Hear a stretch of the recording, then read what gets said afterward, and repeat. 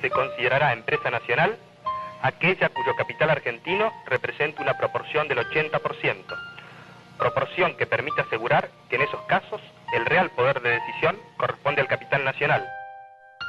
Tenemos una revolución que realizar, pero para que ella sea válida, ha de ser de reconstrucción pacífica y sin que cueste la vida de un solo argentino.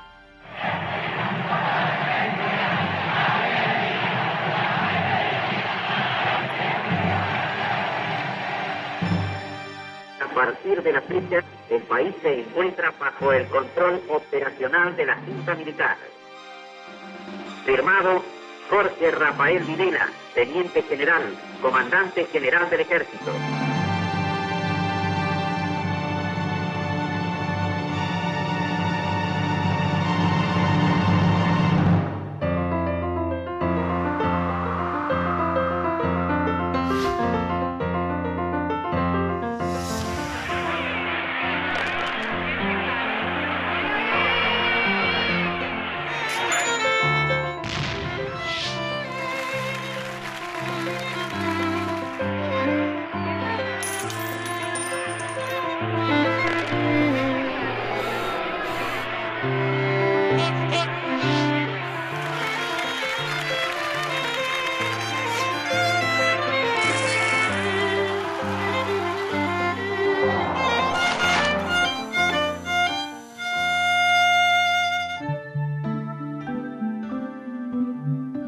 Marcelo, tenemos que preparar las clases sobre este periodo tan importante de la economía argentina que arranca a mediados de la década del 70. Y mire que hemos hablado veces de este tema, usted en sus cátedras, yo en la mía. Y creo que la forma de abordar un tema, cuando uno ha hablado muchas veces sobre él, es hacerlo siempre como si fuera la primera vez. Y entonces arrancamos con este periodo extraordinario de la década del 70, que en el mundo se produce una serie de cambios muy importantes porque el estado de bienestar, las políticas de posguerra, de expansión, habían ido acrecentando la puja distributiva, presionando el déficit fiscal, provocando un aumento del nivel de precios, una cierta tensión social por ese motivo, y aparece desde luego la crisis del petróleo. En el 73. Claro, que provoca un aumento muy fuerte del petróleo.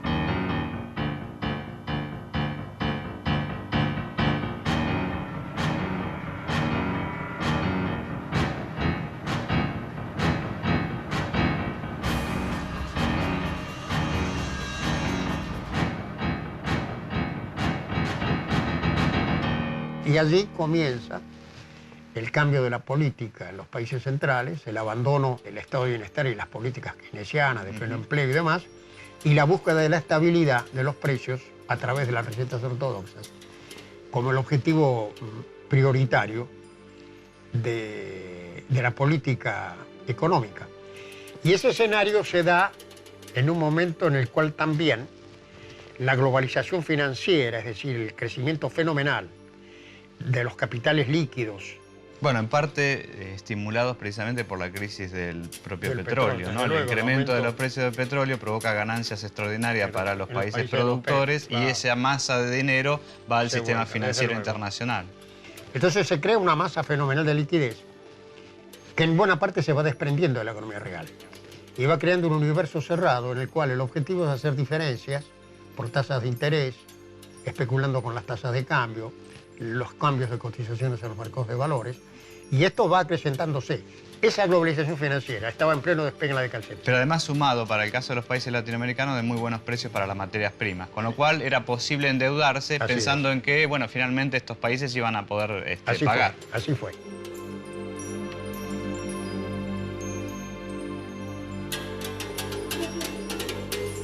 Profesor, Sí. le quería hacer una consulta. Decime. Usted estuvo hablando de la economía en la dictadura militar, pero ¿cómo fue que llegamos a eso? Y en realidad habría que pensar un poquito antes la situación hacia 1973. Recordad que allí asume nuevamente el gobierno peronista, luego de 18 años de proscripción. Asume Cámpora primero, y luego hay elecciones y gana Perón, la fórmula Perón, junto con su mujer, conocida como Isabelita. Una situación política bastante convulsionada. Y desde el punto de vista económico, quien asume como ministro de Economía, tanto de la gestión de Cámpora como de Perón, es José Bergelbar, ¿no? Y allí se van a iniciar un poco las viejas políticas económicas del peronismo, ¿no? ¿Cuáles, por ejemplo? Bueno, básicamente un incremento importante del ingreso de los trabajadores, una ampliación del consumo, pero también Gelbart lleva adelante un plan trienal que intenta impulsar tanto la producción agropecuaria como la producción industrial, sobre todo las industrias de base, el desarrollo de la industria de maquinarias, etcétera, y también tratando de incorporar la exportación industrial, ¿no? La exportación de productos industriales dentro de la economía argentina. Pero la situación internacional, económica internacional, no era la misma de 1946, ¿no? Aparecen allí algunas situaciones que van a distorsionar las variables económicas de la Argentina, sobre todo la situación de la crisis económica de 1973. A mediados de la década de 1970, como estaba sucediendo en todo el mundo, irrumpe en Argentina el neoliberalismo. En ese momento se cierra la etapa de industrialización por sustitución de importaciones que se había iniciado en 1930 y Argentina abre sus barreras al comercio mundial, favoreciendo la entrada de productos importados. Van quedando atrás el Estado benefactor, la protección de los productos nacionales frente a los extranjeros, los salarios elevados para alentar el consumo y la producción fabril. El neoliberalismo significa el regreso a los principios liberales de la magia del mercado, la desregulación y la marginación del Estado y de las políticas públicas. Pero ahora la producción ya no ocupa el lugar central de los intereses nacionales, sino que todo se ha volcado al mundo del dinero, las finanzas y la especulación.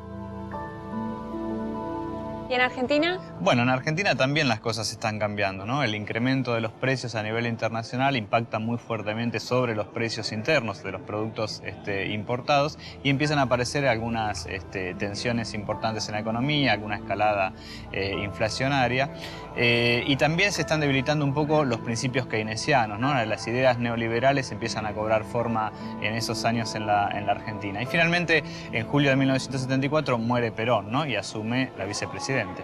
¿Y cuando muere Perón se viene todo abajo? Bueno, la cosa se empieza a complicar fuertemente, empiezan algunas políticas más restrictivas y finalmente en 1975 se produce el Rodrigazo, ¿no? Celestino Rodrigo, el ministro de Economía, lleva adelante una devaluación muy fuerte de la moneda, un incremento de los impuestos y genera una escalada inflacionaria muy importante y cierta situación de debacle económica que va a preanunciar el golpe militar de 1976.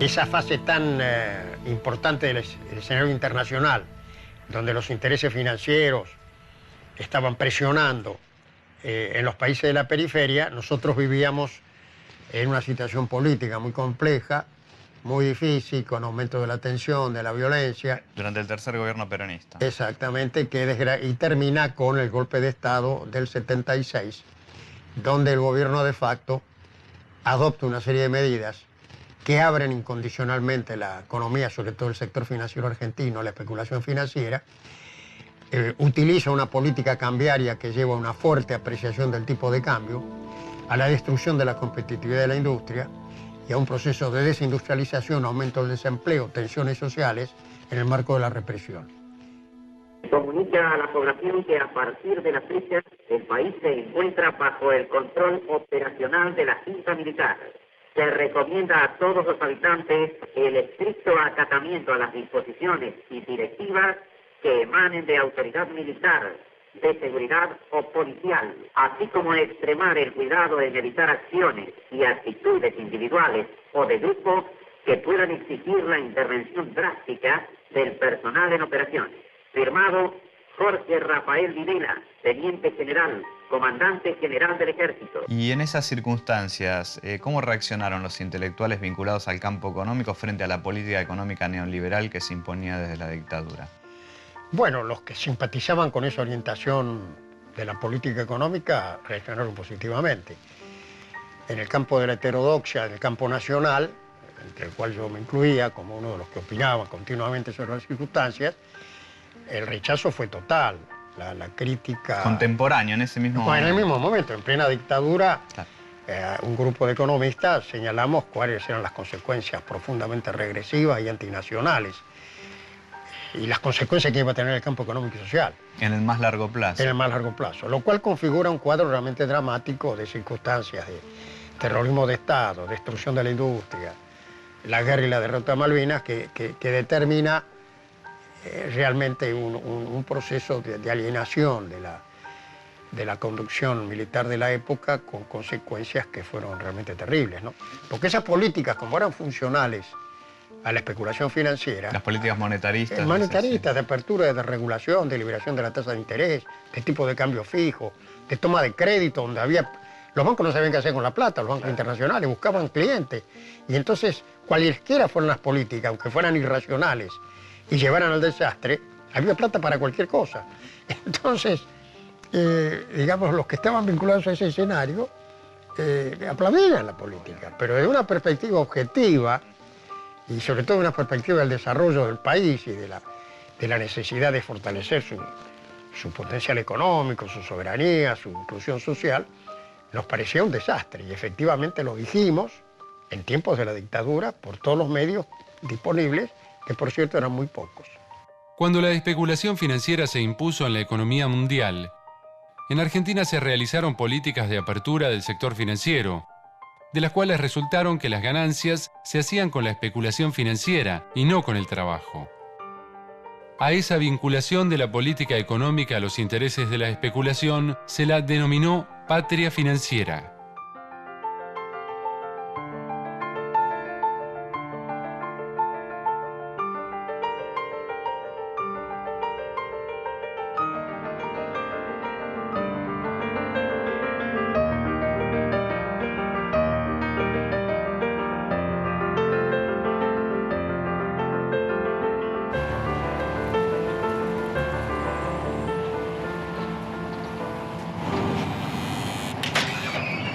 Hola, ¿cómo te va, Ariel? ¿Qué tal, Marcelo? ¿Cómo te va? Bien, che. Escuchame, tengo este control, ¿sí? Fíjate, porque no anda. ¿No funciona? No bueno, pasa nada. ¿te sirve para esta tarde? Sí, está bien. Pues está discúlpame que viene alguien cargado acá. Apoyá por acá. Bueno. ¿Qué pesa esto? ¿Qué tal? ¿Cómo te va? Bien, bien. Mira, Discúlpame, ¿qué te pasó? Sí. mira, esta tele era de mi viejo, dejó de funcionar y quería ver si la podía arreglar. Ay, es un tema con estos televisores. Te voy a explicar un poco lo que sucedía. Estos televisores venían con un chasis coreano y los ensamblaban en Tierra del Fuego. En realidad, lo único que hacían en Tierra del Fuego era pegarles la etiqueta y le ponían Industria Argentina. Pero eran todos importados. De estos aparatos hoy no conseguimos nada. Es increíble, ¿no? Porque en la Argentina se producían, bueno, televisores, tocadiscos, ¿te acordás de los famosos Winco? Sí, sí. Incluso llegaban a exportar. Todo eso desapareció a partir de la dictadura militar, ¿no? Que comenzó la importación y la industria quedó de lado, ¿no? Fue dejada de lado, fue atacada concretamente con políticas antiindustriales y se priorizó la valorización financiera, lo que se llamó la patria financiera, o la industria financiera en esos años, ¿no? Antes la competencia era insuficiente. Teníamos productos buenos, pero muchas veces el consumidor debía conformarse con lo que había sin poder comparar. Ahora tiene para elegir, además de los productos nacionales, los importados. La producción industrial en la Argentina tenía subsidios, tarifas de protección, etcétera. Y de algún modo esa situación empieza a cambiar con la dictadura militar, ¿no? Uno de los objetivos de la dictadura militar fue eliminar esa tensión social a partir de reprimir al movimiento obrero, a los sindicatos, interviene en la CGT, y a partir de ahí empieza un poco a cambiar la relación de fuerzas entre los distintos sectores. Estaba Martínez de Hoz. Exactamente, en ese contexto estaba Martínez de Hoz, empieza a aplicar una política liberal, neoclásica, ¿no? Y bueno, un poco el objetivo de esa política es bajar inicialmente los salarios reales. De hecho, en ese contexto el salario real durante la dictadura militar cae alrededor de un 40%. El salario nominal es lo que recibe el trabajador. Otro concepto es el salario real, que es el poder adquisitivo de ese salario. En las épocas de políticas neoliberales, como las que se aplicaron en la dictadura, el salario real se vio muy afectado por varios motivos. entre ellos la represión a la actividad sindical. Los factores a tener en cuenta son el salario real, la evolución de los precios y del empleo.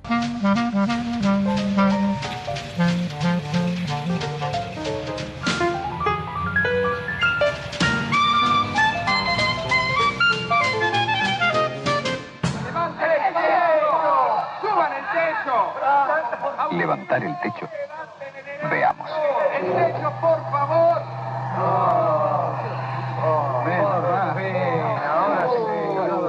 Inmediatamente se levantará el piso. Esto es mayor inflación. Todo quedaría como antes. Entonces, ¿qué hizo el gobierno con las nuevas medidas? ¡Está bajando el piso! Bajó el piso. Ahí está el secreto.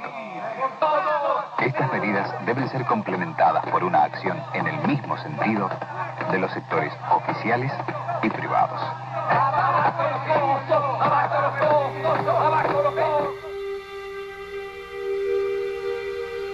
Hola, ¿qué tal, Juan Carlos? ¿Cómo estás?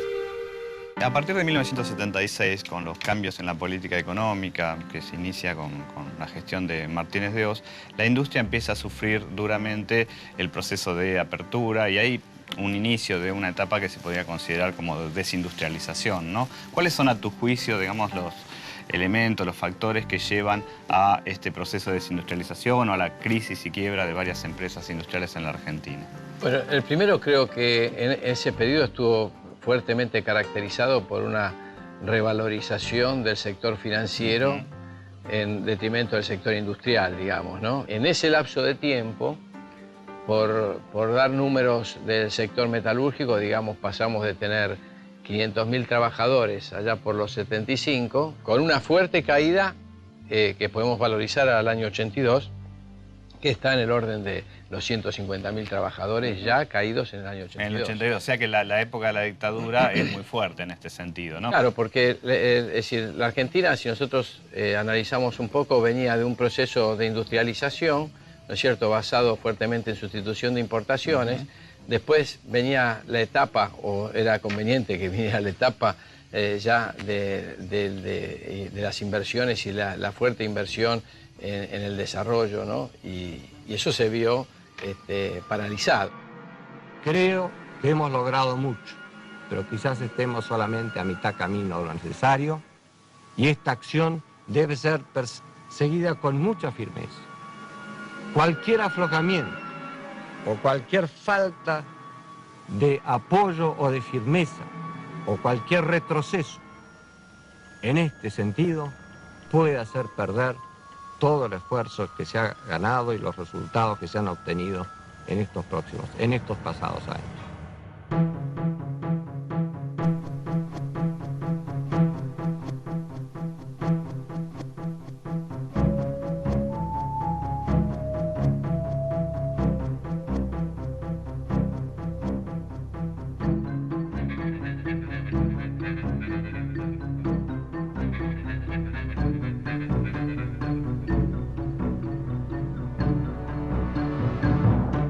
¿Cuál fue la respuesta de los empresarios frente a este cambio de circunstancias en el contexto de la dictadura militar, ¿no? Los más conservadores tuvieron mejores posibilidades, digamos, ¿no? Aquellos que no se endeudaban, ¿querés decir? Claro, nosotros hemos perdido sectores industriales importantísimos. Y algunos no se perdieron por propias decisiones de algunos continuadores que después surgieron en los procesos de liquidación de esas empresas. Pero, digamos, estuvimos al borde de perder sectores sumamente importantes. Y otros, una gran destrucción de lo que es la cadena de valor de los metalúrgicos. Porque, digamos, el sector metalúrgico no es que una empresa hace absolutamente todo. Es una cadena que trabaja, bueno, el sector automotriz, el sector de maquinaria agrícola tiene sus partistas, ¿no es cierto? Entonces, este fue el desafío que algunos pudieron pasar. Pero hoy, digamos, tengo 24.000 empresas y teníamos cerca de 100.000. Claro. La forma de evitar los fenómenos especulativos es a partir de reglas de la economía que no incentiven la especulación y que eviten crear esos espacios llamados burbujas financieras. las burbujas financieras no crean riqueza, sino una fantasía de crecimiento de valores que no se sustenta en la realidad. La respuesta frente a la especulación financiera debe ser fortalecer la economía real y el control de los capitales especulativos para reorientarlos desde la especulación hacia la producción.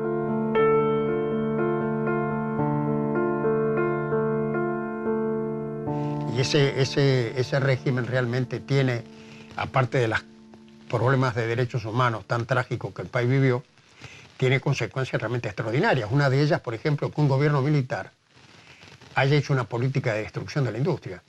Cuando las enseñanzas del general Savio, el general Mosconi, los grandes dirigentes de digamos que fueron en las Fuerzas Armadas, que apuntaban a la construcción de la defensa nacional sobre la base del poder económico y de la industria, que un gobierno de facto se haya empeñado en desmantelar la capacidad industrial, fue realmente un hecho extraordinario. Y provocó, bueno, un deterioro extremadamente grave en el aparato social y económico del país, el aumento de los desequilibrios fiscales, monetarios, el aumento de la deuda. De la deuda externa, esto va a ser clave, ¿no es cierto? Una bola de nieve que crece continuamente, que no se puede pagar, que se paga con nueva deuda. De allí surgió esa idea de que la política económica servía para los intereses de la especulación y no de la producción y del trabajo. Exacto, porque la rentabilidad más importante está precisamente en el sector financiero y ya no en el sector industrial o en las actividades productivas, ¿no? Entonces se cambia un poco la estructura de la economía argentina que había prevalecido desde los años 40, digamos, aquel proceso de industrialización por sustitución de importaciones tiene su cierre o su corte precisamente hacia 1976. Exactamente, el golpe del 76 marca, como usted señala, el fin de un periodo histórico que se abre en el 30, ¿no? El camino de la transformación progresiva, que con todas sus idas y venidas y con toda la inestabilidad política que el país vivió, porque al fin y al cabo del 30 hasta el 76 se habían producido 5 golpes de Estado. Exacto. Y el del 76 fue el sexto. Es decir, en el marco, lo notable es que en el marco de la inestabilidad que caracterizó el periodo, sin embargo, la industria mantuvo un ritmo de crecimiento considerable. Y cierta equidad distributiva, finalmente, y cierta ¿no? De equidad participación de los distributiva asalariados en el total del ingreso, con vaivenes, cambios importantes, pero el cambio fundamental va a partir de 1976. Digo, prácticamente los salarios reales caen un 30% a partir de 1976 y ahí se estabiliza en un nivel muy inferior respecto al periodo anterior. Desde luego. Revirtiendo las políticas sociales que sobre todo se habían producido bajo el primer gobierno del general Perón, con la participación sindical, la distribución del ingreso, las políticas sociales. Así que realmente el 76 marca y comienza una nueva etapa, que es el de la hegemonía neoliberal. Y acá se partió de la idea de que había que destruir al Estado y así terminamos. Con cuerpo y mente joven, siempre que acates decisiones, rol podrás actuar. La emergencia nacional